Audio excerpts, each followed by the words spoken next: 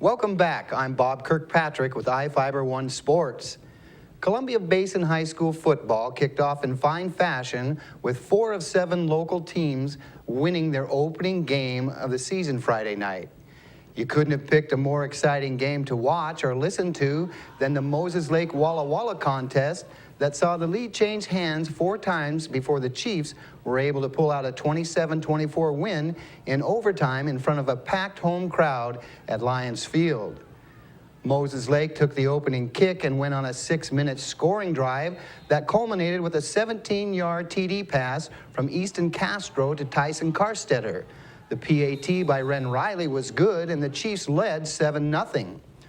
Walla Walla was held off the board in the first quarter of action, but scored on a 25-yard pass from Zach Zenner to Geraldo Gomez on the first play of the second quarter to even things up 7-7. The Chiefs regained the lead 14-7 with 3 minutes left in the half when Baker hooked up with Mosier for a 33-yard touchdown. The score held up until 32 seconds into the third quarter when Zenner connected up with Darnell Hancox to knock things up again 14-14.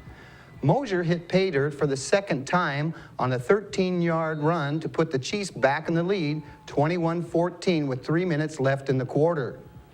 The Blue Devils took the ensuing kick and marched 66 yards for the tying score that was aided by a pass interference call on Moses Lake to make it 21-all. A 32-yard Riley field goal with a little more than 2 minutes left in the game pushed the score to 24-21 Chiefs. Walla Walla moved the ball deep into Moses Lake territory, but the drive stalled at the Chiefs' 17, and the Blue Devils had to settle for the tying field goal with 3 seconds left to send the game to overtime. Riley booted a 41-yard field goal in the extra period to put the Chiefs back on top 27-24. The Blue Devils appeared to have scored the winning touchdown, but the play was negated on a holding penalty. One play later, Mosier intercepted a Zenner pass in the end zone to stop the Walla Walla threat and preserve the win for the Chiefs. Moses Lake coach Todd Griffith was happy to start the 2013 season off with a victory. Thank goodness Moses Lake has a field goal kicker right now. He did a great job, and they iced him the one time, and he just knocked her through. And you know, he told us before the game started he had 50. He was good from 50, so we didn't want to try that out, but he was good from wherever he was at, 37 or whatever.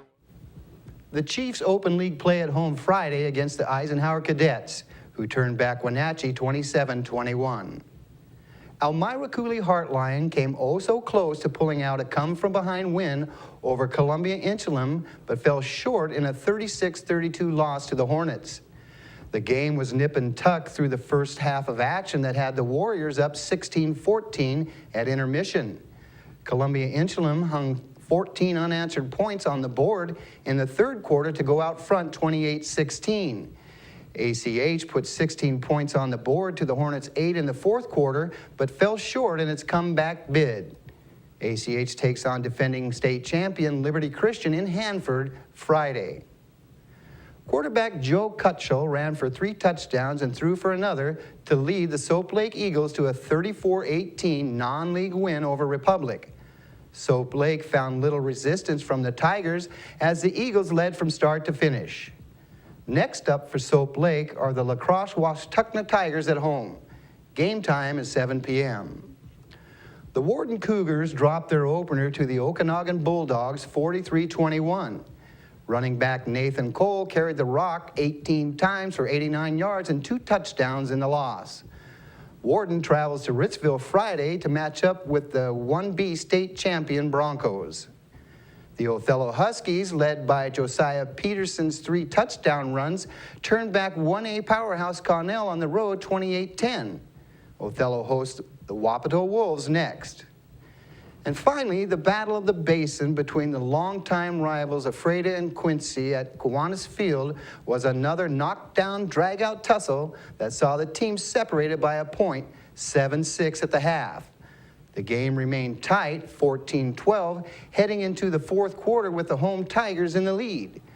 but 2 unanswered scores, including a 92-yard run by Tyler Lutz, sealed the deal for Ephrata to give the team the Basin Trophy for the 2nd year in a row. The stingy Tiger defense forced 5 Jacks turnovers and held Quincy to just 3 yards rushing.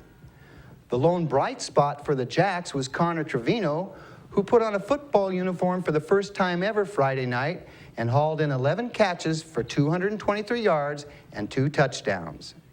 Ephrata hosts Ellensburg Friday. Quincy hosts 1A State runner-up Royal at 7 p.m. Well, that's a lot of football. We'll be right back after this.